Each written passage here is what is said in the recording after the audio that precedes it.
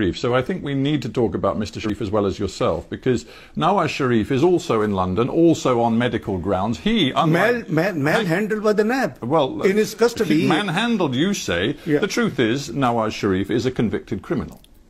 Well, I hope you know that both cases in which he has been convicted, in both judgments, it has been written that the prosecution has not been able to prove any corruption, any kickback, any loss to the exchequer. So what else we want? I'm sorry, sir, but it is quite clear that he is a convicted criminal. And again, the Accountability Court, which works alongside the National Accountability Bureau, found against Mr. Sharif. I believe he was given a 10-year sentence, and it was reduced ultimately to 7 years. He was then allowed to come to London on medical grounds, the same medical grounds that brought you to London too. So here the two of you sit.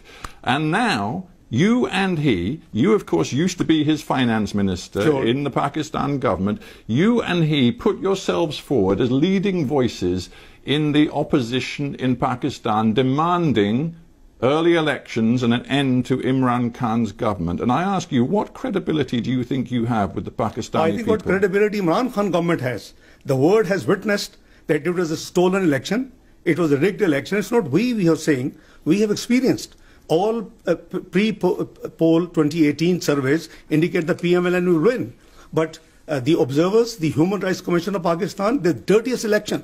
Everybody knows the election has been stolen from us. So I think we have every right. I just looked back at the EU Monitor's report on that election. They reported some grave concerns about abuses in specific places, not involving just one party, but several different parties.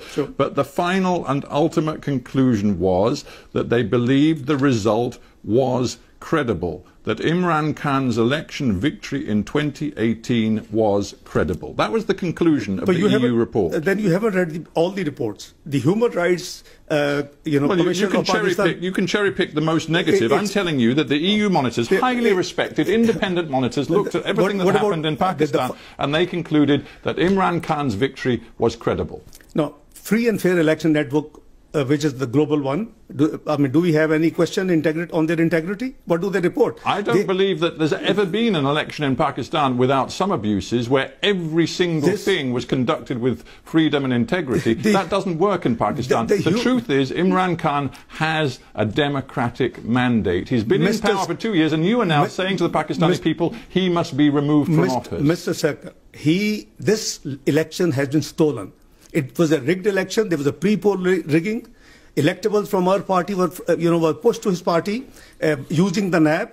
During the day, the results transmission system was choked off and was put off of hours. Our polling agents were expelled from the poll. I mean, Fafin has reported 35 seats were rigged and stolen. Otherwise, he would have never been in government. Well, your party chooses to say that. I would simply come back to Michael Gala, the chief of the EU monitoring team, who said overall, I think you have this to read the whole election result is credible. Well, you haven't read the whole report.